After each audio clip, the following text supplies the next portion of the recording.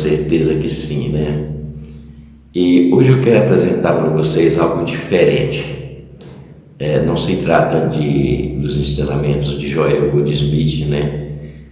Eu quero passar para vocês aqui um trecho tirado do livro A Essência da Meditação, né? Do Osho, que é do livro dele, Os 6 Aspectos da Meditação. Então, aí vocês poderão perguntar para mim, mas esse canal não apresenta somente áudios dos livros de Joel Goldsmith? Não. O nome do canal se chama Espiritualidade. Áudios, livros e mensagens de luz. Portanto, eu trato de todos aqueles, né, que falam sobre espiritualidade. Não é só Joel Goldsmith, né? E o Osho, nesse áudio, ele ensina a essência da meditação, a verdadeira meditação. Eu não vou dizer assim para vocês que eu sou contra a meditação guiada ou outros tipos de meditação que muitos autores, né, por aí ensinam para as pessoas. Só que muitas técnicas de meditação, como eu já falei aqui muitas vezes, né, que deixa a pessoa apenas no nível mental, porque não faz com que a gente transcenda a nossa mente. Este áudio do Osho que eu vou apresentar para vocês agora explica verdadeiramente o que é a meditação verdadeira, o centramento verdadeiro, a observação verdadeira. É isto que nós temos curiosidade de aprender, né? Porque meditação é isso que o Osho passa, a verdadeira meditação.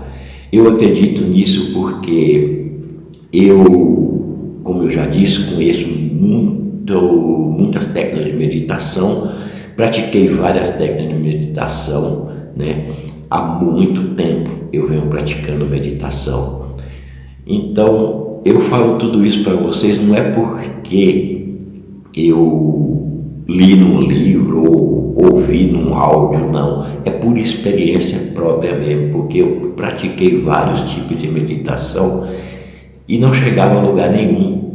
Até uma certa vez que eu estava meditando ansiosamente ainda, né? Eu não sei como eu consegui receber aquela revelação que veio de dentro de mim, dizendo para mim mais ou menos assim, que eu estava praticando a meditação com a mente, com o ego, e a meditação não era aquilo que eu estava praticando.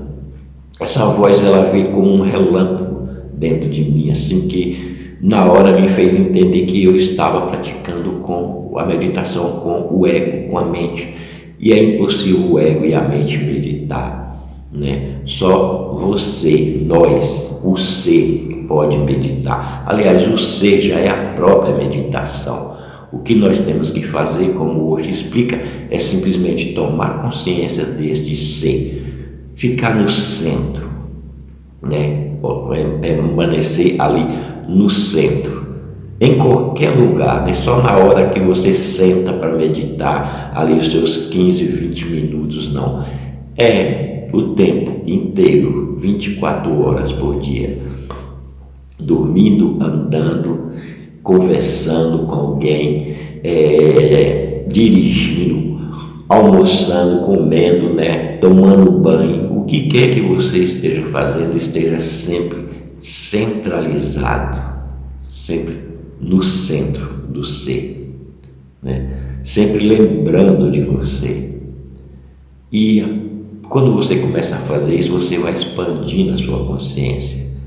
É um processo longo, né? E não é fácil também, porque muitas vezes nós esquecemos. Eu pratico isso há muito tempo e esqueço às vezes de ficar, ainda não adquiri aquele hábito, né? Mas é por pouco tempo que eu esqueço. Logo eu volto para o meu centro, né? E ali eu fico centralizado. Algumas vezes alguma coisa que acontece no mundo externo tira a minha atenção, mas aí eu lembro, a minha mente já está no processo de lembrança, né? De voltar para o meu centro. Aí eu volto para o meu centro e sinto aquela tranquilidade, aquela paz, aquela energia que foi de dentro do nosso interior. Então eu explico isso para vocês, tudo que eu passo aqui, tanto em relação aos ensinamentos de Joel Goldsmith ou outros mestres que eu gosto muito de ouvir também.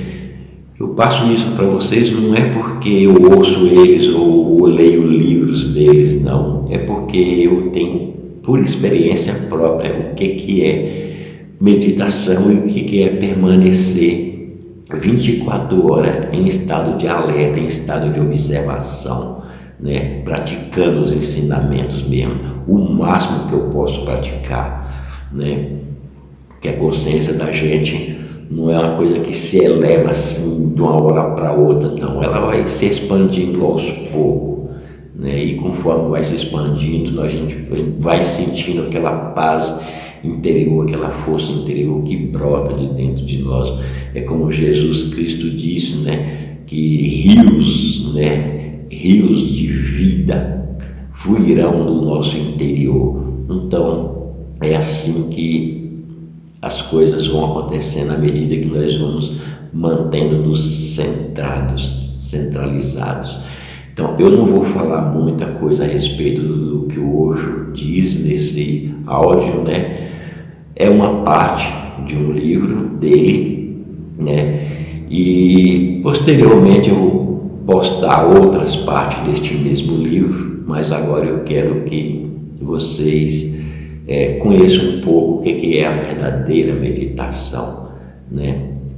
E vocês procurem praticar dessa forma como ele explica neste áudio, porque contemplação, meditação guiada, outras técnicas de meditação que tem por aí, não são realmente meditação, né? É meditação porque a gente chama de meditação, mas não é realmente a meditação em si, aquela que faz com que nós transcendemos a mente, com que nós deixamos a mente ser o que ela quiser ser, mas nós conscientemente estamos no comando da nossa mente.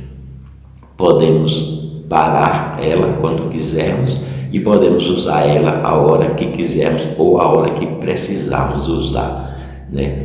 Mas quando nós não tivermos necessidade de usar a mente, a gente fica sempre no centro, só no centro. Agora, quando nós tiver que ir ao passado para tratar de assuntos práticos da vida cotidiana, né?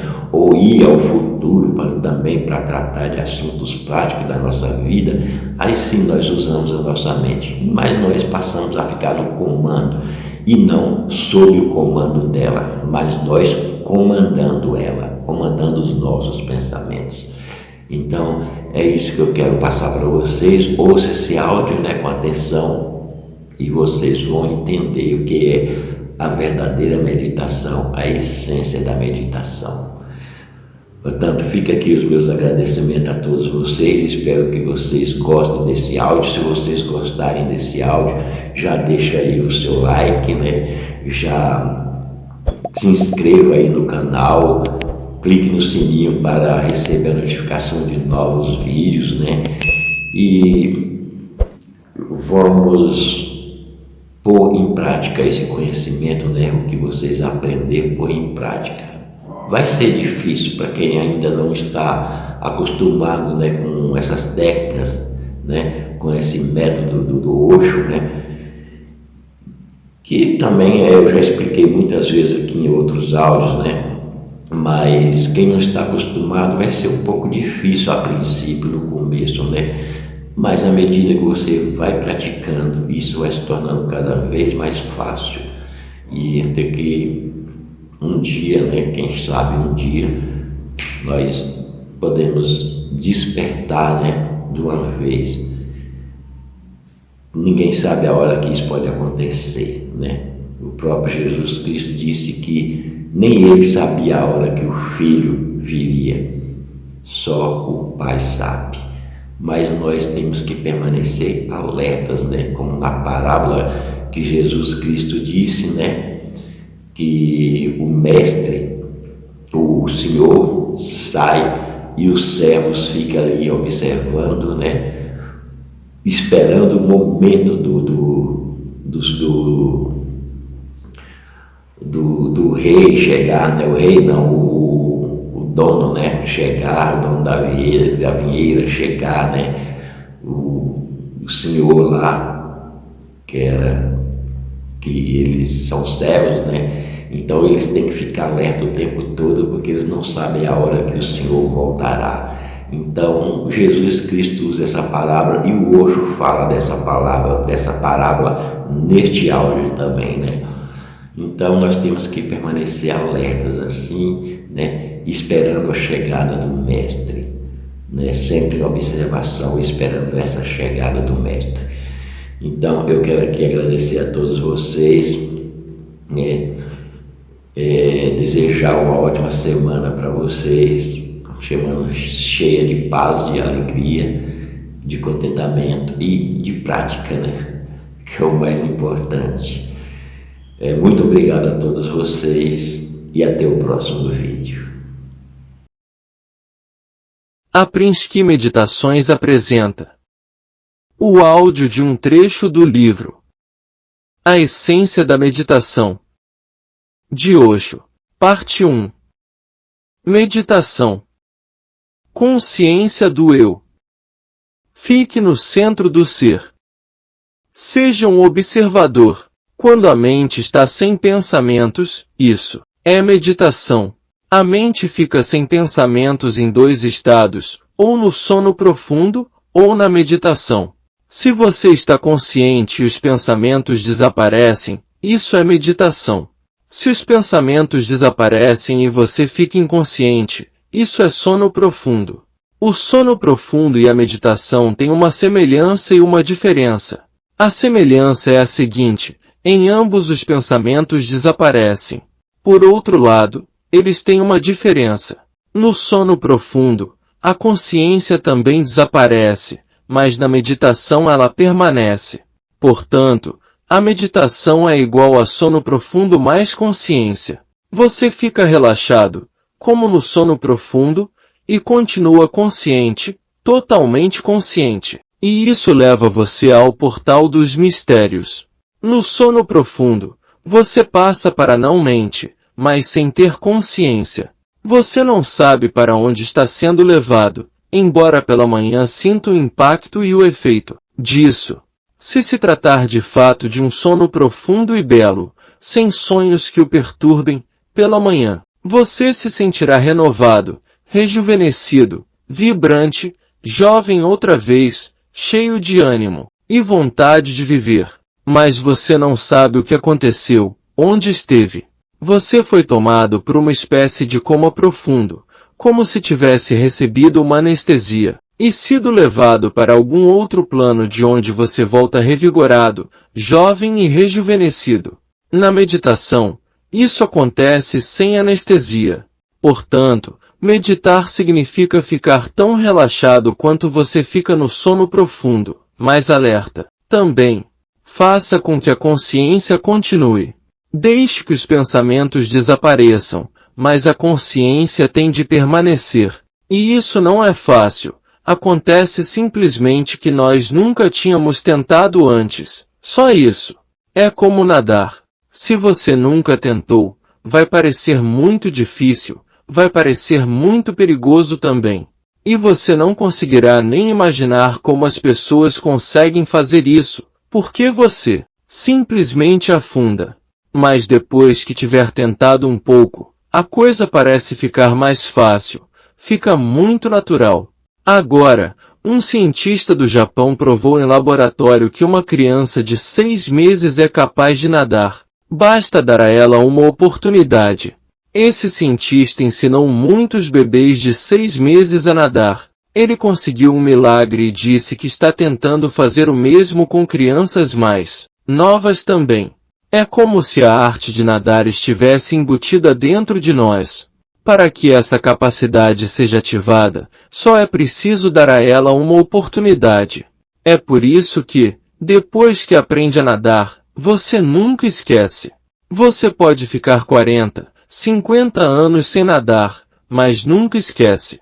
Não se trata de algo acidental, é uma coisa natural. É por isso que você nunca esquece. A meditação é parecida, é algo que está embutido. A rocha só tem de dar espaço para que ela entre em ação, é só dar a ela uma chance. O que é a mente? A mente não é uma coisa, é um acontecimento. A coisa tem substância, o acontecimento é só um processo. A coisa é como uma rocha, o acontecimento é como uma onda. Ela existe, mas não é substancial, é só algo que acontece entre o vento e o oceano. Um processo, um fenômeno. Eis a primeira coisa que tem de ficar clara. A mente é um processo como uma onda ou um rio, mas ela não tem substância. Se tiver, não pode ser dissolvida. Se não tiver, pode desaparecer sem deixar traço. Quando a onda desaparece no oceano, o que sobra? Nada, nenhum rastro. Portanto, aqueles que sabiam disso diziam que a mente é como um pássaro voando no céu. Ele não deixa nenhuma pegada, nenhum rastro. Os pássaros voam, mas não deixam rastros, pegadas. A mente é apenas um processo. Na verdade, ela nem existe, só os pensamentos existem, pensamentos passando tão rapidamente, que você pensa, e sente que existe alguma coisa contínua ali. Um pensamento vem, outro vai, chega mais um e assim sucessivamente. A lacuna é tão pequena que você não consegue perceber o intervalo entre um pensamento e outro. Assim, dois pensamentos se agrupam, formam uma continuidade e por causa dela você acha que a mente existe. Existem pensamentos, não mente, assim como existem elétrons, não matéria. O pensamento é o elétron da mente, assim como uma multidão. A multidão só existe num certo sentido, só os indivíduos existem, mas muitos indivíduos, juntos dão a sensação de que eles são uma coisa só. Uma nação existe não existe, só há indivíduos ali. Os indivíduos são os elétrons de uma nação, de uma comunidade, de uma multidão. Os pensamentos existem, a mente não existe, ela é só aparência. E quando você olha a mente mais de perto, ela desaparece. Ficam os pensamentos, mas quando a mente desaparece só restam os pensamentos individuais. Muitas coisas se dissolvem imediatamente. Logo de início você percebe que os pensamentos são como nuvens, eles vêm e vão e você é o céu. Quando não existe mente, surge imediatamente a percepção de que você deixou de se envolver com seus pensamentos. Os pensamentos estão ali, passando por você como nuvens passando no céu ou o vento passando entre as árvores. Os pensamentos estão passando por você e podem continuar passando, porque você é um imenso vazio. Não há nenhum obstáculo, nenhum impedimento, não há muros para barrá-los. Você não é um fenômeno fortificado. Seu céu é uma imensidão infinita por onde passam os pensamentos. E depois que você começar a sentir que os pensamentos vêm e vão e que você é um mero observador, uma testemunha, o domínio da mente é conquistado. A mente não pode ser controlada, no sentido comum do termo. Em primeiro lugar, porque ela não existe. Como você poderia controlá-la? Em segundo lugar, quem iria controlar a mente? Porque não existe ninguém por trás da mente. E quando eu digo que não existe ninguém, quero dizer que não há ninguém por trás dela, só um vazio. Quem a controlará? Se alguém está controlando a mente, então se trata apenas de uma parte, um fragmento, da mente, controlando o outro fragmento dela. É isso que o ego é. A mente não pode ser controlada dessa forma. Ela não existe e não há ninguém para controlá-la. O vazio interior pode ver, mas não controlar. Ele pode olhar, mas não controlar. Mas o próprio olhar é que é o controle. O próprio fenômeno da observação, do testemunho, torna-se o domínio, pois a mente desaparece. É como se, numa noite escura, você corresse a toda pressa com medo de que alguém o esteja perseguindo. E esse alguém não é nada a não ser sua própria sombra. E quanto mais você corre, mais perto de você fica a sombra. O quanto você corre não faz diferença, a sombra vai estar sempre ali. Sempre que olhar para trás, a sombra estará ali. Não existe um meio de escapar dela e não há como controlá-la. Você terá de olhar fundo dentro dela. Fique parado e olhe bem para a sombra. Ela desaparecerá, pois nem sequer existe. Ela é simplesmente a ausência de luz. A mente nada mais é do que a falta da sua presença. Quando você se senta em silêncio, quando olha bem dentro da mente, ela simplesmente desaparece.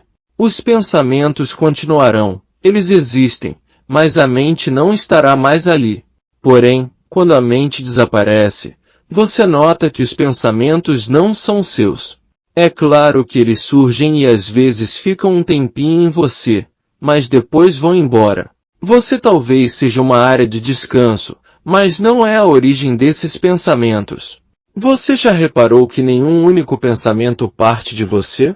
Não brota de você nenhum único pensamento, ele sempre vem de fora. Não pertencem a você, sem casa, sem raízes, eles rondam por aí. Às vezes eles descansam em você, isso é tudo, como uma nuvem que paira sobre uma montanha. Depois eles se vão por conta própria, você não precisa fazer nada. Se simplesmente observar, você assume o controle. A palavra controle não é muito boa, pois as palavras nunca são muito boas. As palavras pertencem à mente, ao mundo dos pensamentos. Elas nunca são muito perspicazes, pois lhes falta profundidade. A palavra controle não é boa porque não existe ninguém para controlar, nem ninguém para ser controlado, mas de uma certa forma, ela ajuda a entender que uma certa coisa acontece. Quando você olha bem fundo dentro da mente, ela é controlada. De repente você passa a ser quem manda. Os pensamentos não vão embora, mas eles deixam de dominar você. Eles já não podem fazer nada com você, simplesmente vêm e vão embora. Você continua intacto, como uma flor de lótus em meio a um aguaceiro. Gotas de chuva caem nas pétalas, mas acabam escorrendo sem afetá-las. O lótus continua intacto. É por isso que no Oriente o lótus passou a ter um significado tão profundo. Passou a ser tão simbólico. O maior símbolo que surgiu no Oriente é o lótus. Ele carrega todo o significado da consciência oriental que diz, seja como o lótus, só isso. Permaneça intacto e você estará no controle.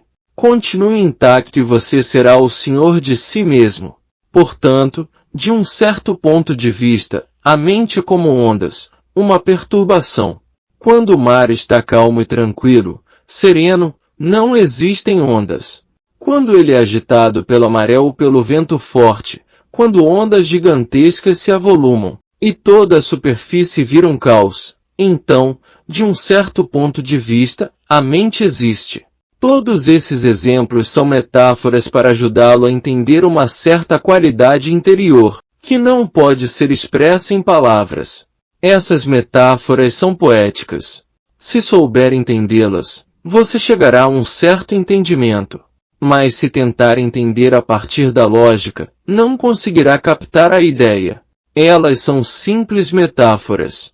A mente é uma perturbação na consciência, assim como as ondas são uma perturbação no oceano. Um elemento estranho entrou em cena, o vento. Alguma coisa exterior aconteceu no oceano ou na consciência. Os pensamentos, ou o vento, instalou-se o caos. O caos, porém, está sempre na superfície. As ondas são sempre na superfície. Não existem ondas no fundo do mar. Não pode haver, pois nas profundezas não há vento. Portanto, tudo acontece apenas na superfície. Se você se voltar para dentro de si, assume o controle. Se passar da superfície, você chega ao centro. De repente, a superfície pode ainda estar agitada, mas você não estará. Toda a ciência da meditação nada mais é do que centramento. Voltar-se para o centro, enraizar-se ali, fazer dele uma morada. E dali toda a perspectiva muda. Agora as ondas podem continuar varrendo a superfície, mas não afetam mais você. E agora você pode perceber que elas não pertencem a você. São só um conflito, na superfície, com alguma coisa que vem de fora. E quando você olha do centro, pouco a pouco o conflito vai diminuindo. Pouco a pouco você vai relaxando. Pouco a pouco vai aceitando que de fato existe um vento forte e ondas evidentemente surgirão. Mas você não está preocupado. E quando você não está preocupado, até as ondas podem ser divertidas. Não há nada de errado com elas. O problema surge quando você também está na superfície. Você está num barquinho na superfície e um vento forte começa a soprar. É maré cheia e o mar fica turbulento. Claro, você fica preocupado, apavorado. Você está em perigo. A qualquer momento as ondas podem virar o seu barquinho. A qualquer momento você pode morrer. O que você pode fazer dentro de um barquinho? Pode controlar alguma coisa? Se começar a lutar contra as ondas, vai sair derrotado. Não adianta querer lutar. Você terá de aceitar as ondas. Na verdade, se você conseguir aceitar as ondas e deixar que o barco, embora pequeno, navegue ao sabor das ondas e não contra elas, não haverá nenhum perigo. As ondas estão ali. Você simplesmente se solta. Simplesmente deixa-se levar pelas ondas em vez de lutar contra elas. Você se torna parte delas. Nesse momento brota uma felicidade indescritível. Nisso se resume a arte de surfar. Seguir ao sabor das ondas, não contra elas. Com as ondas, a ponto de não se diferenciar delas. Surfar pode ser uma ótima meditação. Pode lhe dar vislumbres do mundo interior, pois não se trata de uma luta, mas de se deixar levar. Então você descobre que até as ondas podem ser divertidas. E isso só pode ser descoberto se você olhar o fenômeno como um todo a partir do centro. É como se você estivesse explorando uma floresta e nuvens começassem a se acumular no céu. Começa a relampejar. Você se desvia do seu caminho e tenta a todo custo voltar para casa o mais rápido possível. Isso é o que acontece na superfície. Um explorador perdido, muitas nuvens, muitos relâmpagos. Logo cairá uma chuva daquelas. Você está à procura do caminho de casa, da segurança do lar. Então de repente você consegue avistá-la. Agora está sentado confortavelmente dentro de casa, esperando a chuva começar a cair, lá fora. Agora você pode se divertir. Agora os relâmpagos terão uma beleza singular. Não é como estar lá fora, perdido na floresta. Agora da poltrona da sala, todo o fenômeno adquire uma grande beleza. A chuva começa e você a aprecia. Os relâmpagos se sucedem e você fica extasiado. Troveja lá fora e você se delicia, porque agora está protegido da chuva. Depois que chega ao centro, você começa a apreciar qualquer coisa que aconteça na superfície. Portanto, o negócio não é lutar na superfície, mas sim se esgueirar para o centro. Aí haverá domínio, não um controle conquistado à base da força. Um domínio que acontece espontaneamente quando você está centrado. Centrar-se na consciência é dominar a mente. Por isso, não tente controlar a mente. A linguagem pode enganar você. Ninguém pode controlar e esses que tentam controlar ficarão loucos. Eles simplesmente ficarão neuróticos, pois tentar controlar a mente nada mais é que uma parte da mente tentando controlar outra. Quem é você? Quem está tentando controlar? Você também é uma onda. Uma onda religiosa, é claro, tentando controlar a mente. E existem ondas não religiosas também. Existe o sexo, existe a raiva e existe o ciúme, a possessividade e o ódio, além de milhões de outras ondas não religiosas. E existem por outro lado as ondas religiosas, a meditação, o amor, a compaixão. Mas todas elas estão na superfície, são da superfície e estão na superfície. Religiosas ou não, isso não faz diferença. A verdadeira religião está no centro, e na perspectiva que é criada por esse centro. Sentado dentro de casa, você olha a sua própria superfície. Tudo muda porque a sua perspectiva é diferente. De repente você é quem manda. Na verdade, tanto está no comando que você pode deixar a superfície descontrolada. E isso é sutil.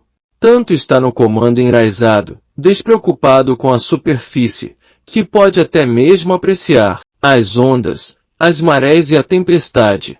Ela é linda, dá ânimo, dá força. Não há por que se preocupar com ela. Só os fracos se preocupam com os pensamentos. Só os fracos se preocupam com a mente. As pessoas mais fortes simplesmente absorvem o todo e se enriquecem com ele.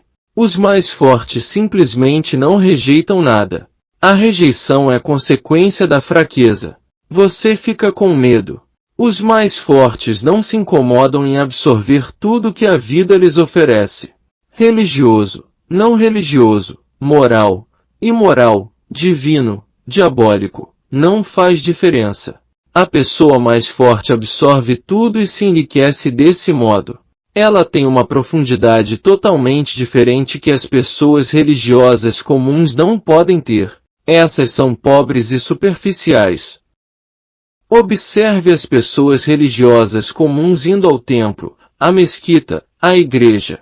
Você só vai se deparar com pessoas extremamente superficiais, sem nenhuma profundidade. Como elas rejeitaram partes de si mesmas, ficaram mutiladas. Elas, de certa forma, estão paralisadas. Não há nada de errado na mente ou nos pensamentos.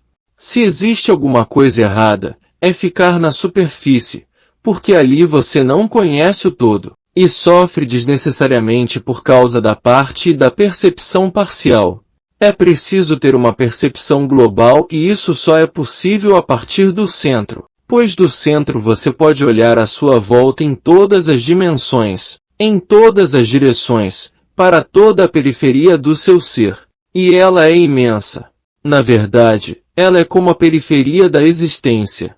Depois que estiver centrado, você pouco a pouco vai se expandindo, ficando cada vez maior, até passar a ser o todo, nada menos do que isso. De outro ponto de vista, a mente é como a poeira que se acumula nas roupas do viajante. E você tem viajado há milhões de vidas, sem nunca ter tomado um banho. Juntou muita poeira, é claro. Não há nada de errado nisso. Não havia outro jeito. Camadas e mais camadas de poeira e você acha que elas são a sua personalidade. Você ficou de tal modo identificado com elas.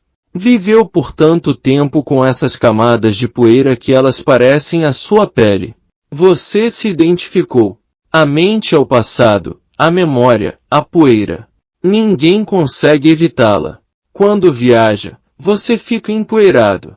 Mas não há necessidade de se identificar com a poeira. Não há necessidade de se unir a ela a ponto de se tornarem uma coisa só.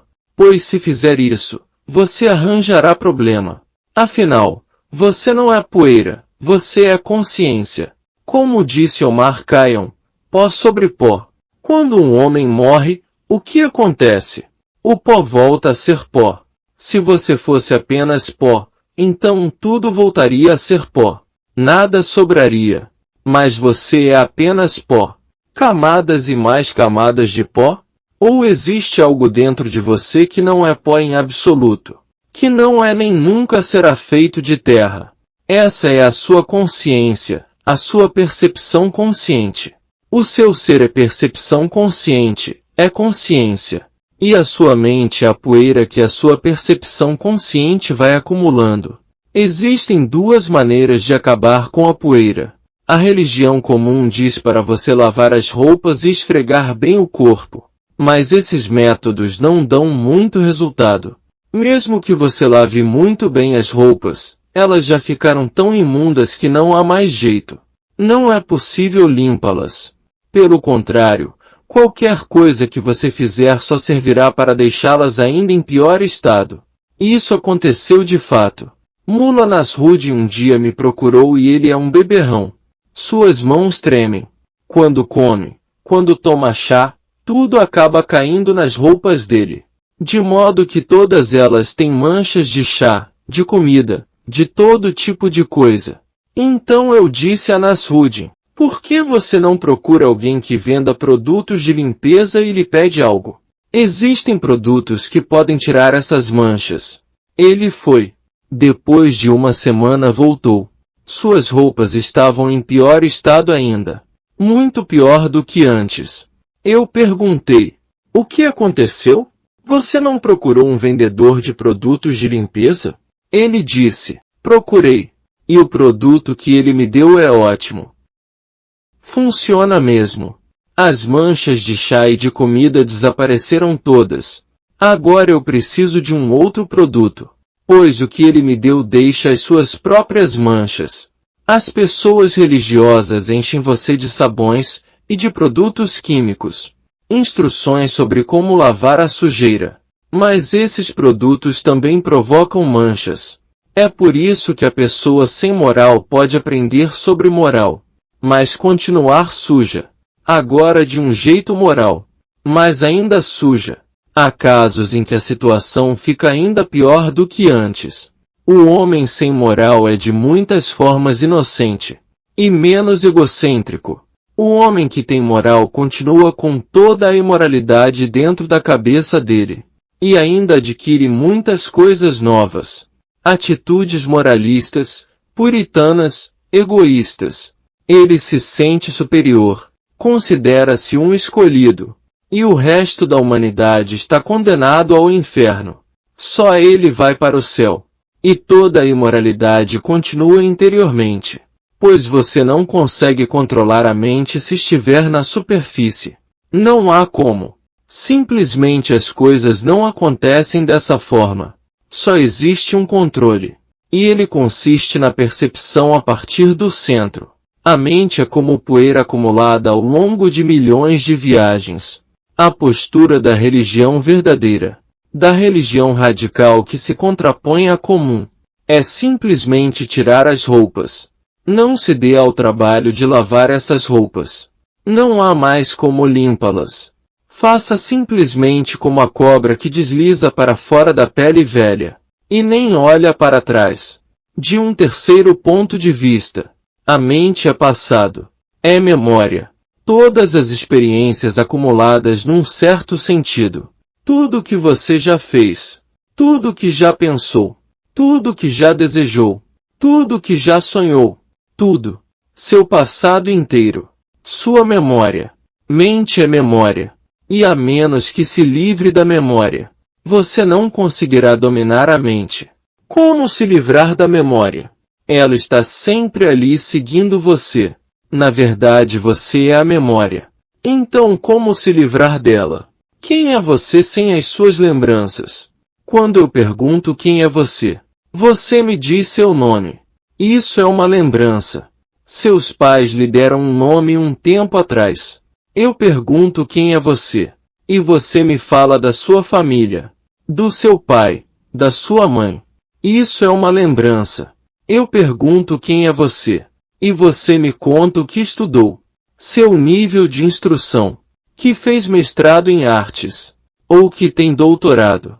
Ou que é engenheiro ou arquiteto. Isso é uma lembrança.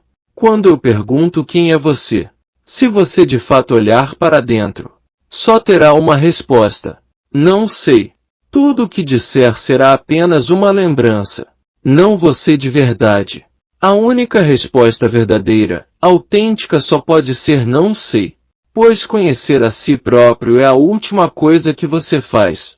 Eu posso dizer quem sou, mas não digo. Você não pode dizer quem é, mas se apressa em dar a resposta. Aqueles que sabem quem são guardam silêncio sobre isso. Pois se toda a memória for descartada, e toda a linguagem for descartada, então quem eu sou não pode ser dito. Eu posso olhar dentro de você. Posso dar a você um gesto. Posso ficar com você com todo o meu ser. Essa é a minha resposta. Mas a resposta não pode ser expressa em palavras. Pois tudo que é expresso em palavras faz parte da memória, da mente, não da consciência. Como se livrar das lembranças? Observe-as, testemunhas, e lembre-se sempre. Isso aconteceu comigo, mas isso não sou eu. É claro que você nasceu numa determinada família, mas isso não é você. Aconteceu com você. É um acontecimento externo a você. Alguém lhe deu um nome. Você o tem usado, mas ele não é você. É claro que você tem uma forma, mas a forma não é você. Ela é só a casa em que por acaso você está. A forma é só o corpo em que por acaso você está. E o corpo lhe foi dado por seus pais. É uma dádiva, mas não é você. Observe e tenha discernimento. Isso é o que no Oriente chamam de viver. Discernimento. Você usa o tempo todo a sua capacidade de discernir. Continue fazendo isso. Chegará um momento em que você terá eliminado tudo que não é você. De repente, nesse estado, você se olha pela primeira vez e encontra seu próprio ser. Continue jogando fora todas as identidades que não são você. A família, o corpo, a mente. Nesse vazio, quando tiver jogado fora tudo que não for você, de repente seu ser vem à tona. Pela primeira vez, você encontra a si mesmo. E esse encontro passa a ser o domínio.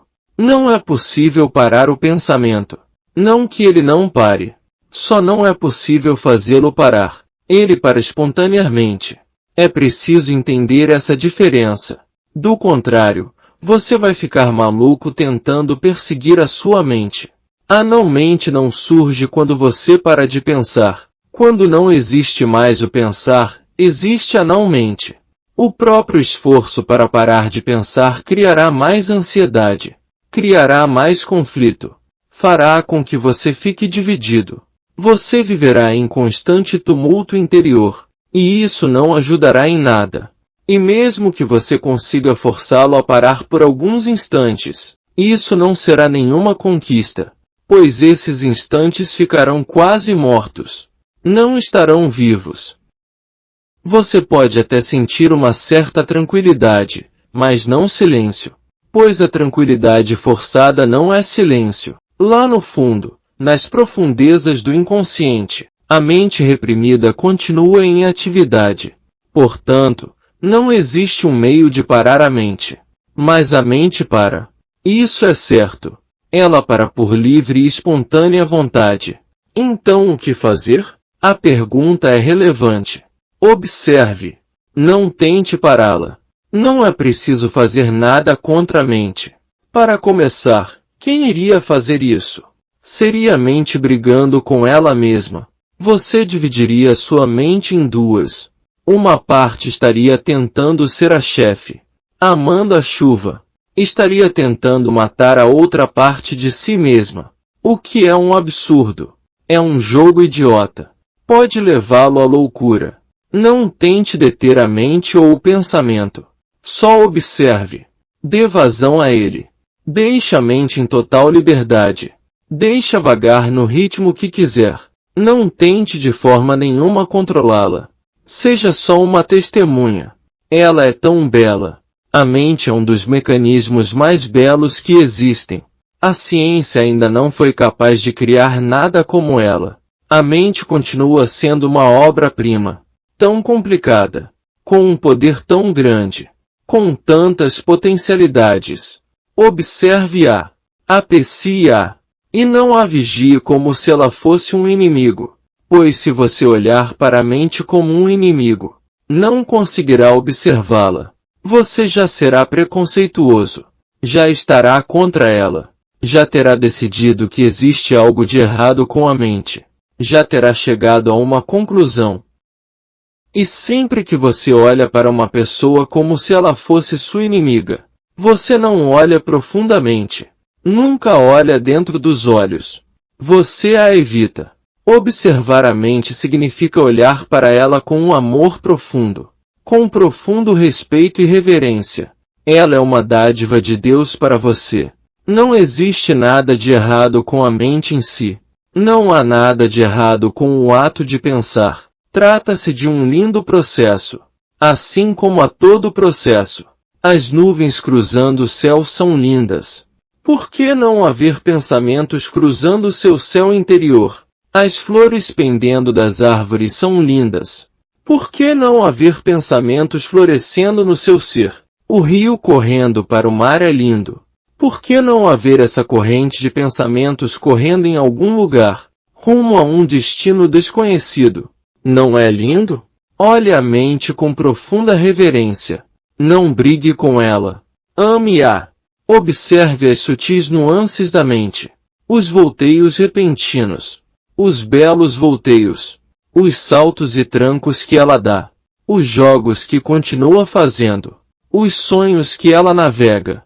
A imaginação. A memória. As 1000 projeções que ela cria. Observe. Ficando ali, afastado, um pouco distante, sem se envolver. Paulatinamente você começa a sentir. Quanto mais atento você fica, mais profunda fica a sua consciência. Começa a haver lacunas. Intervalos. Um pensamento vai, não vem outro. E surge uma brecha. Uma nuvem passa, outra está a caminho. E surge um intervalo. Nesses intervalos, pela primeira vez você terá lampejos da não-mente. Você sentirá o gosto da não-mente. Chame de gosto de Zen, ou Tão, ou Yoga. Nesses pequenos intervalos, de repente o céu fica limpo e o sol brilha. De repente o mundo se enche de mistério, porque todas as barreiras vão abaixo. A tela nos seus olhos deixa de existir. Você vê com clareza, de modo penetrante. Toda a existência fica transparente. No início, haverá apenas uns raros momentos espaçados, mas eles lhe proporcionarão vislumbres do que seja o Samadhi. Pequenas porções de silêncio. Elas virão e depois irão embora. Mas você saberá que está no caminho certo. Então você começa a observar novamente. Quando um pensamento cruza a sua mente, você observa. Quando surge um intervalo, você observa. As nuvens são tão bonitas. O brilho do sol também é tão belo. Agora você não faz escolhas. Agora você não tem uma mente fixa. Você não diz, gostaria que só houvesse intervalos. Isso é estupidez.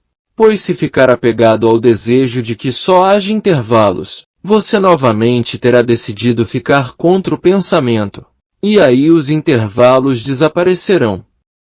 Eles só acontecem quando você está muito distante, afastado. Eles acontecem. Não podem ser provocados. Eles acontecem. Você não pode forçá-los a acontecer. São eventos espontâneos. Continue a observar. Deixe que os pensamentos venham e vão embora para onde quiserem ir. Nada está errado. Não tente manipular nem dirigir nada. Deixe que os pensamentos sigam seu curso livremente. E então, começarão a surgir intervalos cada vez maiores. Você será abençoado com pequenos satores. Haverá ocasiões em que, por alguns minutos, não haverá pensamentos. Não haverá trânsito nenhum. Só um silêncio total, imperturbável. Quando começarem a surgir brechas maiores, começará a surgir uma nova lucidez. Você não terá somente lucidez para enxergar este mundo. Você será capaz de enxergar seu mundo interior. Com os primeiros intervalos, você enxergará o mundo. As árvores ficarão mais verdes do que parecem agora. Você se verá cercado por uma música infinita. A música das esferas. Você subitamente estará na presença da santidade. Inefável. Misteriosa. Tocando você. Embora você não consiga apreendê-la. ao seu alcance e mesmo assim fora dele. Com os intervalos maiores, o mesmo acontecerá interiormente. Deus não estará apenas lá fora. De repente, você ficará surpreso. Ele está aqui dentro também. Ele não está apenas na coisa observada. Ele está também no observador, dentro e fora, pouco a pouco. Mas tão pouco se apegue a isso. O apego é o alimento que faz com que a mente continue funcionando. O testemunho imparcial é o meio de detê-la sem fazer nenhum esforço. E quando você começar a apreciar esses momentos de bem-aventurança, sua capacidade de conservá-los por períodos mais longos virá à tona. Finalmente, um dia você acaba se tornando senhor de si. A partir desse dia, quando você quiser pensar, pensará. Se o pensamento for necessário, você o usará. Se não for, você o deixará em repouso. Não que a mente tenha deixado de existir. Ela existe, mas você tem a opção de usá-la ou não. Agora a decisão é sua. Assim como a de usar as pernas. Se quiser correr, você as usa. Se não quiser, simplesmente fica onde está. As pernas estarão ali, à sua disposição. Da mesma forma, a mente estará ali também. Enquanto falo com você, estou usando a mente. Não existe outro jeito de falar. Quando respondo às suas perguntas, estou usando a mente. Não há outro jeito. Tenho de responder e me relacionar. E a mente é um belíssimo mecanismo. Quando não estou falando com você e estou sozinho, não existe mente nenhuma. Porque ela é um meio pelo qual se relacionar. Se estou sozinho, ela não é necessária. Você não dá a ela um descanso. Por isso a mente fica medíocre. Usada continuamente, cansada, ela continua em atividade o tempo todo. Trabalha noite e dia. De dia você pensa, à noite você sonha. Dia após dia ela continua em ação. Se você viver por 70, 80 anos, ela trabalhará sem trégua a esse tempo todo. Repare na delicadeza e na resistência da mente. Ela é tão delicada. Numa cabecinha podem caber todas as bibliotecas do mundo. Tudo que já foi um dia escrito pode caber numa única mente. Gigantesca é a capacidade da mente num espaço tão pequeno, e sem fazer muito barulho. Se os cientistas algum dia conseguirem criar um computador tão bom quanto a mente, computadores existem, mas eles ainda não são mentes. Ainda são mecanismos, não tem nenhuma unidade orgânica. Não tem nenhum centro. Se um dia isso for possível, e é possível que algum dia os cientistas consigam criar mentes, então você saberá quanto espaço tomará esse computador, e quanto barulho ele fará. A mente não faz praticamente nenhum barulho. Ela trabalha silenciosamente. E que boa criada ela é! Trabalha por 70, 80 anos. E mesmo quando você está à beira da morte, seu corpo pode estar velho, mas a sua mente continua jovem. Sua capacidade continua sendo a mesma. Às vezes, se usada de maneira certa, a capacidade da mente pode até aumentar com a idade. Porque quanto mais você sabe, mais você entende. Quanto mais você vive e tem experiências, mais capaz sua mente se torna. Quando você morre, tudo que existe no seu corpo está prestes a virar pó, menos a mente. É por isso que no Oriente dizemos que a mente deixa o corpo e entra em um outro útero, pois ainda não está pronta para morrer. Quem renasce é a mente. E depois que você tiver atingido o estado de não-mente, não haverá nenhum renascimento. Você simplesmente morrerá. E com a sua morte, tudo se dissipará. Seu corpo, sua mente, só restará a sua alma que testemunha. Ela está além do espaço e do tempo. Então você e a existência se tornarão uma coisa só. Você não estará mais separado dela. A separação provém da mente. Mas não há meio de pará-la na marrã, não seja violento. Haja com carinho, com profunda reverência, e isso começará a acontecer naturalmente. Você só observa, sem nenhuma pressa. A mente moderna é muito apressada. Ela quer métodos instantâneos para deter a mente. Por isso as drogas atraem tantas pessoas. Você pode forçar a mente a parar usando substâncias químicas, drogas, mas também estará sendo violento com o mecanismo. Isso não é bom, é destrutivo. Desse jeito você não vai se tornar senhor de si mesmo. Você pode conseguir deter a mente por meio das drogas, mas aí as drogas passarão a mandar em você. Você não vai ser senhor de si mesmo. Você terá apenas mudado a chefia e terá feito uma escolha ainda pior. Agora as drogas terão poder sobre você. Possuirão você. Sem elas você não irá a lugar nenhum.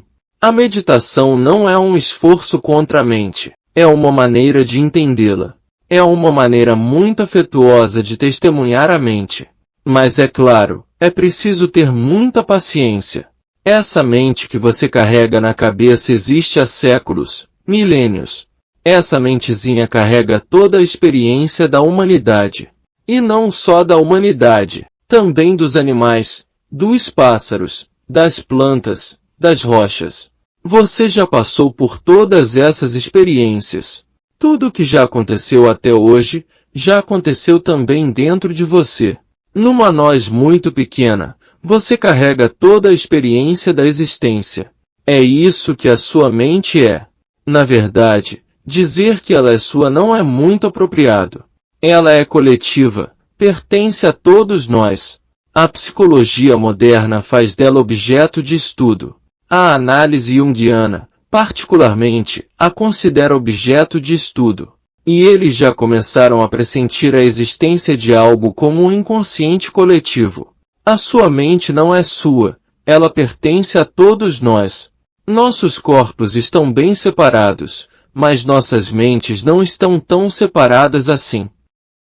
Nossos corpos estão visivelmente separados, mas nossas mentes se sobrepõem e nossas almas são uma só. Os corpos estão separados, as mentes se sobrepõem e as almas são uma coisa só. Eu não tenho uma alma diferente da sua e você não tem uma alma diferente da minha. No âmago da existência, nós nos encontramos e somos uma coisa só. É isso que é Deus, o ponto de encontro de tudo. Entre Deus e o mundo com o significado de corpos está a mente. A mente é uma ponte entre o corpo e a alma, entre o mundo e Deus. Não tente destruí-la. Muitos tentaram destruí-la por meio da yoga. Esse é um mau uso da yoga. Muitos tentaram destruí-la por meio de posturas corporais, da respiração, e provocaram alterações químicas sutis interiormente. Por exemplo, se você ficar apoiado sobre a cabeça em Shishasana, de ponta cabeça, você pode destruir a mente muito facilmente. Porque quando o sangue aflui para a cabeça muito rapidamente, como se fosse uma inundação, quando você se apoia sobre a cabeça é isso que está tentando fazer. O mecanismo cerebral é muito delicado. Você o estará inundando de sangue. Os tecidos delicados do cérebro vão morrer. É por isso que você nunca encontra um yogi muito inteligente. Não, os yogis são burros, uns um pouco mais, outros um pouco menos. O corpo deles é saudável, isso é verdade, forte, mas a mente está simplesmente morta. Você não vai ver um lampejo de inteligência, verá um corpo extremamente robusto, como de um animal, mas o lado humano de alguma forma desapareceu. Se ficar de ponta cabeça, você estará fazendo com que o sangue aflua para a cabeça graças à gravidade. A cabeça precisa de sangue, mas numa quantidade muitíssimo pequena, e muito lentamente, não numa torrente. Contra a força da gravidade, muito pouco sangue chega à cabeça, e de uma forma muito gradativa. Se sangue demais chegar à cabeça, isso passa a ser destrutivo. A yoga costuma aniquilar a mente. A respiração pode ser usada para aniquilar a mente. Existem ritmos de respiração, variações sutis na respiração, que podem ser extremamente prejudiciais para a mente, tão delicada, pode-se destruir a mente por meio deles. Trata-se de truques antigos. Os truques mais modernos são proporcionados pela ciência, LSD, maconha e outras drogas. Mais cedo ou mais tarde, drogas cada vez mais sofisticadas vão surgir. Não sou a favor de deter a mente, sou a favor de observá-la. Ela se detém por si mesma, e aí é uma beleza. Quando algo acontece sem nenhuma violência, isso por si só é uma beleza. Trata-se de um crescimento natural. Você pode forçar uma flor e obrigá-la a se abrir, pode puxar as pétalas de um botão e abri-lo na marrã, mas você estará destruindo a beleza da flor. Ela estará praticamente morta, não poderá resistir à sua violência. As pétalas penderão frouxas, flácidas, agonizantes. Quando o botão se abre por meio da própria energia, quando ele se abre naturalmente, essas pétalas estão vivas. A mente é o seu florescimento, não há força de modo algum. Eu sou contra qualquer tipo de força e contra qualquer tipo de violência, principalmente violência contra si mesmo. Só observe, impresse amor e reverência profundos e veja o que acontece. Os milagres acontecem por si mesmos, não é preciso forçar nada. Como parar de pensar? Eu digo que basta observar, ficar alerta e deixe de lado essa ideia de deter o pensamento. Do contrário, isso deterá a transformação natural da sua mente. Deixe de lado essa ideia de detê-la. Quem é você para fazer isso? Quando muito, aproveite. E não existe nada de errado, até mesmo os pensamentos imorais, os chamados pensamentos imorais que passam pela sua cabeça. Deixe que passem. Não há nada de errado. Você continua neutro, sem causar nenhum mal. É só ficção. Você está vendo um filme interior. Deixe que ele siga seu curso e ele o levará, pouco a pouco, ao estado de não-mente. O ato de observar combina finalmente na não-mente. A não-mente não está contra a mente. A não-mente está além da mente. Ela não surge quando você mata e destrói a mente. Ela surge quando você a compreende de modo tão absoluto, que o pensamento deixa de ser necessário. Sua compreensão passa a substituí-la. Parte 2. Consciência do eu. Primeiro, é preciso entender o que significa consciência. Você está andando na rua. Está consciente de muitas coisas, das lojas, das pessoas que passam por você, do tráfego, de tudo. Está ciente de muitas coisas menos de uma. De você mesmo. Você está andando na rua, consciente de muitas coisas e esquecido de si mesmo. Essa consciência do eu, George Cudil chamou de lembrança de si mesmo. Ele dizia, constantemente, onde quer que você esteja, lembre-se de si mesmo. Não importa o que esteja fazendo, nunca deixe de fazer outra coisa interiormente. Ficar consciente do que estiver fazendo. Você está comendo. Fique consciente de si mesmo. Está caminhando. Fique consciente de si mesmo. Está ouvindo. Está falando. Fique consciente de si mesmo. Quando estiver com raiva, fique consciente de que está com raiva. Essa lembrança constante de si mesmo cria uma energia sutil, uma energia muito sutil, dentro de você. Você começa a ser um ser cristalizado. Na maior parte do tempo você é só um saco vazio.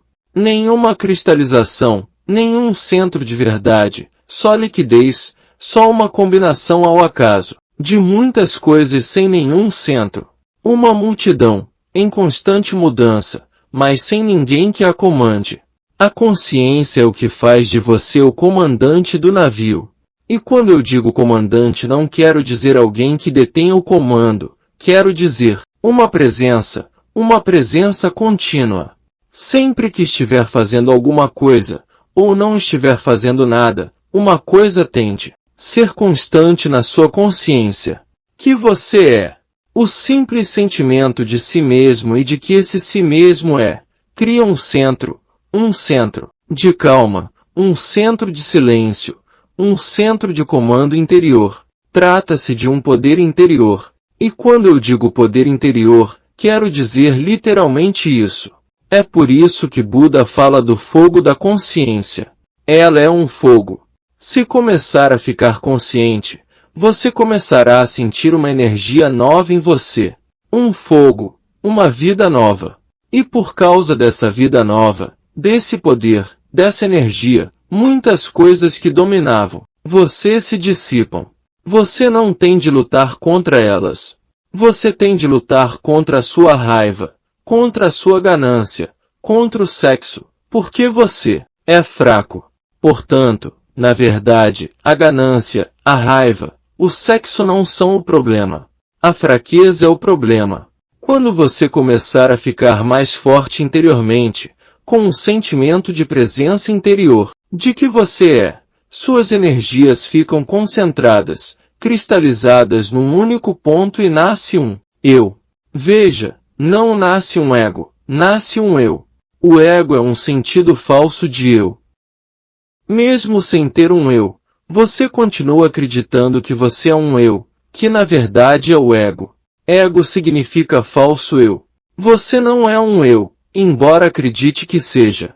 Maulungutra, um buscador da verdade, veio até Buda que lhe perguntou: o que você procura? Maulungutra disse: procuro por mim mesmo, ajude-me. Buda lhe pediu para prometer que faria tudo o que fosse sugerido. Maulungutra começou a soluçar e disse: como posso prometer? Eu não sou ainda. Como posso prometer? Não sei o que vou fazer amanhã, não tenho nenhum eu que possa prometer, por isso não peço impossível. Eu vou tentar, isso é tudo que eu posso dizer, vou tentar, mas não posso prometer que farei tudo o que você disser, pois quem fará isso? Estou em busca daquilo que pode prometer e pode cumprir uma promessa, não sou ainda. Buda respondeu: Maulungutra, fiz essa pergunta a você para ouvir isso. Se tivesse prometido, eu o poria daqui para fora. Tivesse você dito: prometo que farei, e eu teria descoberto que você não busca de fato a si mesmo, pois o buscador tem de saber que ele ainda não é. Do contrário, qual seria o propósito da busca? Se você já fosse, não haveria necessidade. Você não é. E se a pessoa consegue sentir isso, o ego evapora. O ego é uma noção falsa de algo que ainda nem sequer existe. Eu significa um centro que pode prometer. Esse centro é criado pelo ser que está continuamente alerta, constantemente consciente. Tenha consciência de que você está fazendo algo, de que está sentado, de que agora você vai dormir, de que o sono está chegando, que você está caindo no sono. Tente ficar consciente o tempo todo, e então você começará a sentir que nasce dentro de você um centro. As coisas começaram a se cristalizar, ocorre um centramento. Tudo passa a se relacionar com esse centro.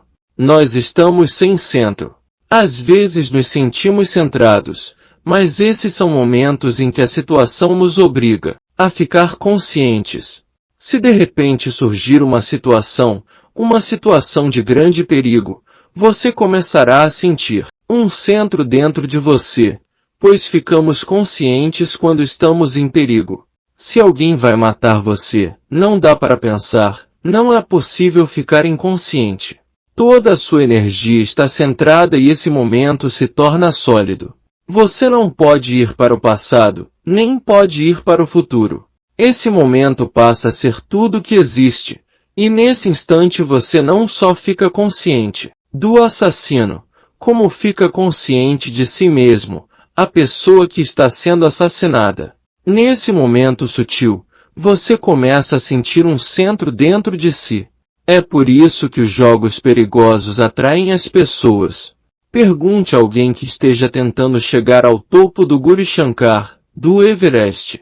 A primeira vez em que Hillary esteve lá, ele deve ter sentido um centro repentino. E na primeira vez em que alguém pisou na Lua, deve ter brotado um sentimento repentino de centramento. É por isso que o perigo é tão fascinante. Você está dirigindo um carro e começa a aumentar cada vez mais a velocidade e então começa a ficar perigoso. Você não consegue pensar, os pensamentos se interrompem. Você não pode sonhar, não pode imaginar. O presente então se torna sólido. Nesse instante de perigo, quando a qualquer momento você pode morrer, você fica repentinamente consciente de um centro dentro de si. O perigo fascina simplesmente porque, quando está em perigo, você às vezes fica centrado. Nietzsche uma vez disse que a guerra tinha de continuar, pois, só na guerra, às vezes, se sentia um eu, sentia-se um centro, pois a guerra é perigosa. E quando a morte passa a ser uma realidade, a vida fica mais intensa. Quando a morte está próxima, a vida fica intensa e você fica centrado. Sempre que está consciente de si mesmo, você fica centrado. Mas se isso for circunstancial, esse centro desaparece logo que a situação chega ao fim. Isso não pode ser apenas circunstancial, tem de ser algo interior. Por isso, tente ficar consciente mesmo enquanto faz coisas comuns. Quando estiver sentado, procure ficar consciente. Tenha consciência do ato de se sentar. Não só da cadeira, não só do ambiente em que está, da atmosfera que o cerca, mas do fato de estar sentado. Feche os olhos e sinta-se. Mergulhe fundo e sinta-se. Eugene Regeu estava estudando com o mestre Zai. Ele aprendia arco e flecha havia 3 anos, e o mestre sempre dizia, bom, o que quer que esteja fazendo é bom, mas não o suficiente.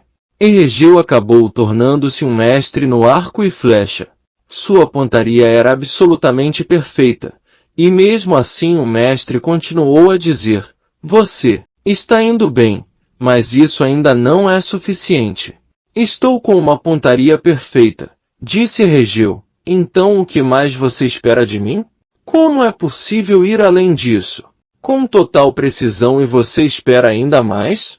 Segundo dizem, o mestre Zé respondeu, não estou preocupado com a arte de manejar o arco, ou com a sua pontaria, estou preocupado com você. Você se tornou um técnico perfeito, mas quando sua flecha deixa o arco, você não está consciente de si mesmo, por isso não adianta nada. Não estou preocupado com a flecha atingindo o alvo, estou preocupado com você. Quando a flecha é arremessada, a consciência dentro de você também tem de ser. Mesmo que você não acerte o alvo, isso não faz a menor diferença. O que você não pode deixar de acertar é o alvo interior, e isso você não está fazendo. Você se tornou um técnico perfeito, mas é um imitador. Mas para uma mente ocidental, ou na verdade para uma mente moderna, e a mente ocidental é a mente moderna, é muito difícil conceber uma coisa dessa, parece absurdo. No arco e flecha o que interessa é ter uma pontaria perfeita. Pouco a pouco Erigel começou a ficar decepcionado, até que um dia disse, estou indo embora. Parece impossível, é impossível. Quando você mira um alvo, sua consciência passa para o alvo, para o objeto. E se você quiser ser um bom arqueiro, tem de esquecer de si mesmo, lembrar só da pontaria, do alvo e esquecer o resto, só o alvo interessa. Mas o mestre Zen continuou forçando-o a criar um outro alvo dentro dele. Essa flecha tinha de ser duplamente atirada. Ela apontava para o alvo externo e apontava continuamente para o alvo interior, o eu. Erigel disse, agora vou mesmo embora. Parece impossível. Suas condições não podem ser satisfeitas. E no dia em que estava partindo, Erigel simplesmente se sentou. Ele viera para se despedir do mestre, e este mirava um outro alvo.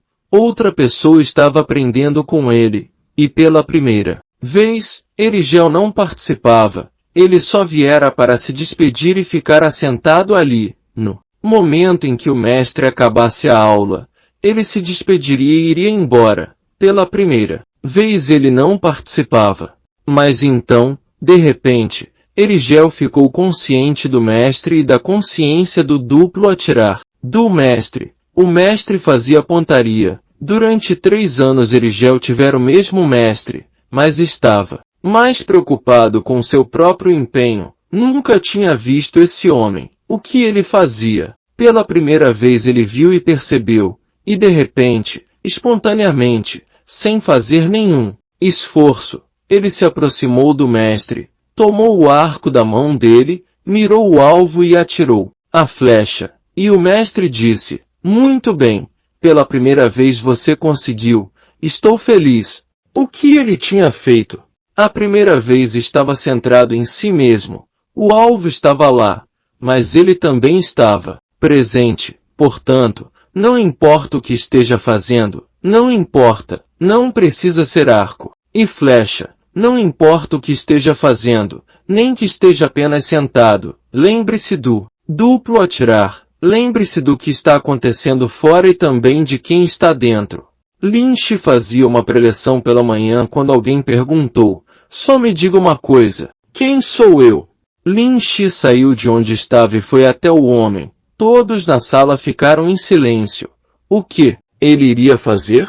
Era uma simples pergunta. Ele poderia ter respondido de onde estava. Quando se aproximou do homem, tudo era silêncio. Lynch ficou de frente para ele e o olhou nos olhos. O ar ficou pesado. Tudo parou. O inquiridor começou a suar. Lynch apenas fitava os olhos dele. E então Lynch disse: "Não me pergunte. Mergulhe dentro de si mesmo e encontre quem está perguntando. Feche os olhos. Não pergunte quem sou eu.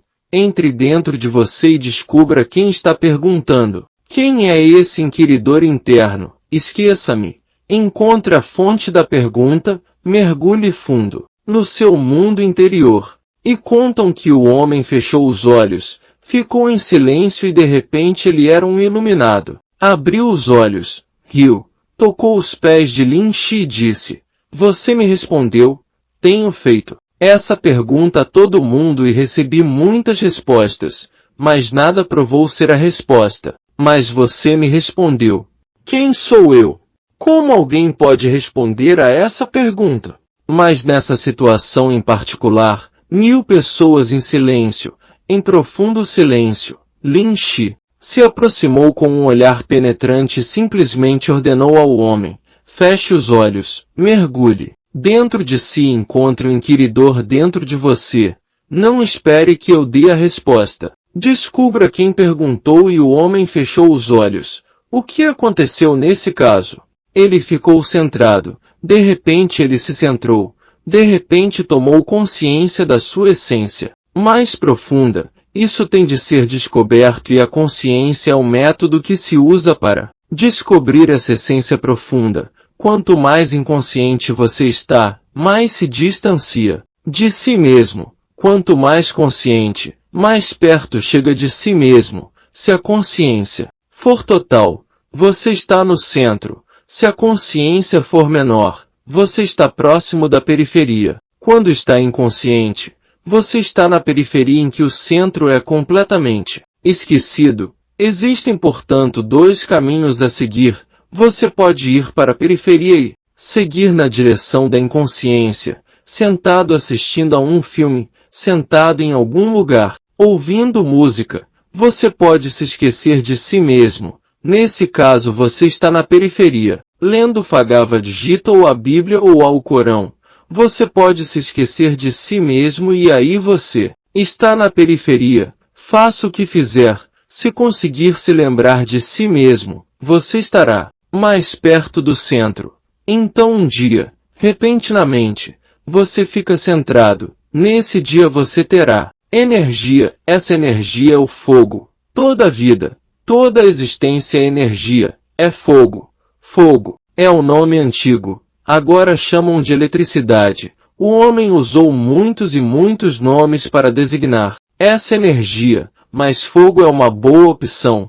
Eletricidade parece uma coisa meio morta. Fogo parece mais cheio de vida. Haja com atenção plena. Essa é uma árdua e longa jornada e já é difícil ficar consciente até mesmo por um único instante. A mente está constantemente tremeluzindo, mas não é impossível. É penoso, é difícil, mas não é impossível, é possível. Para todo mundo é possível, só é necessário empenho. Um empenho sincero, nada pode ser deixado de lado, nada pode permanecer intocado dentro de você.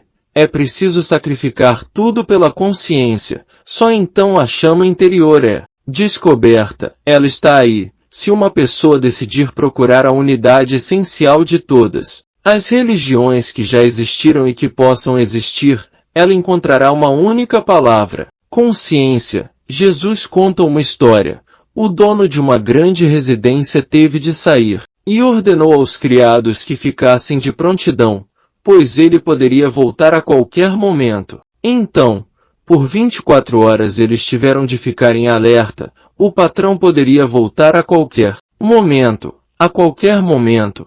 Não havia uma data certa, nem um dia certo, nada. Se houvesse, então eles poderiam dormir, poderiam fazer o que lhes conviesse e ficar de prontidão. Só na ocasião em que ele chegaria, mas o patrão disse era: voltarei a qualquer momento. De noite os quero prontos para me receber. Eis uma parábola da vida. Você não pode deixar nada para amanhã, pois o dono da casa pode chegar a qualquer momento. É preciso ficar o tempo todo de prontidão. Não há uma data fixada. Não se tem ideia de quando será esse acontecimento repentino. Só há uma coisa a fazer: ficar de prontidão e esperar. A consciência é a técnica usada para encontrar esse centro, para atingir o fogo interior. Ele está aí, escondido, à espera de ser descoberto. E depois de descoberto, aí então podemos entrar no templo. Não antes disso, nunca antes disso, mas podemos nos iludir com símbolos. Os símbolos servem para nos mostrar realidades mais profundas, mas podemos usá-los como um meio de nos enganar. Podemos queimar incenso, adorar coisas externas, e assim fica mais fácil sentir que fizemos alguma coisa. Podemos nos sentir pessoas religiosas sem ser religiosos de fato. É isso que está acontecendo. É nisso que a Terra se transformou. Todo mundo acha que é religioso só porque está fazendo símbolos exteriores, sem nenhum fogo interior. Empenhe-se mesmo que você seja um fiasco. Isso já será um começo. Você falhará muitas vezes, mas até mesmo o fracasso será útil. Quando não consegue ficar consciente mesmo que seja por um segundo, você pela primeira vez percebe o quanto é inconsciente. Ande pela rua e você não conseguirá caminhar nem alguns passos. Para ficar inconsciente, você sempre acaba se esquecendo de si mesmo. Começa a prestar atenção numa placa e se esquece de si mesmo. Alguém passa, você olha e se esquece de si mesmo. Seus fracassos serão úteis. Eles podem lhe mostrar o quanto você é inconsciente. E mesmo que você só fique consciente do quanto é inconsciente, você já conseguiu uma certa consciência. Se um louco tomar consciência de que é louco, ele estará a caminho da sanidade. Fim do áudio de um trecho do livro A Essência da Meditação, de Osho.